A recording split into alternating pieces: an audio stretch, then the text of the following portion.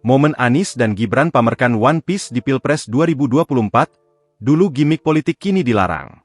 Menjelang hari ulang tahun ke-80 Republik Indonesia, fenomena pengibaran bendera One Piece menjadi sorotan nasional. Bendera bajak laut dari anime One Piece, yaitu Jolly Roger milik kru topi jerami, dikibarkan di berbagai tempat mobil, truk rumah, perahu, hingga fasilitas umum. Aksi ini dianggap oleh sebagian masyarakat sebagai kritik sosial terhadap kondisi politik dan ketimpangan sosial. Jauh sebelum kontroversi menjelang HUT ke-80 RI, atribut One Piece pernah diperlihatkan di panggung Pilpres 2024. Calon Presiden 2024, Anies Baswedan dan calon Wakil Presiden 2024, Gibran Rakabuming sempat memamerkan atribut One Piece. Anies Baswedan adalah calon presiden nomor urut 1 pada Pilpres 2024, berpasangan dengan Muhaimin Iskandar.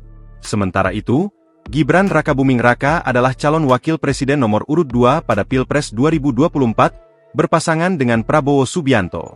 Anies Baswedan sempat membentangkan bendera bajak laut One Piece dan mengenakan topi jerami khas Luffy dalam sebuah foto kampanye.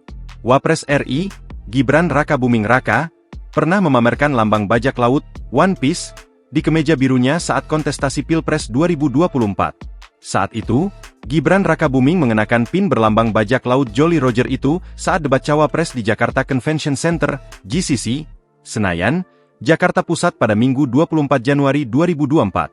Saat ditanya soal memakai pin One Piece atau tidak, Gibran pun menunjuk tangan ke kantong sebelah kanan kemeja birunya.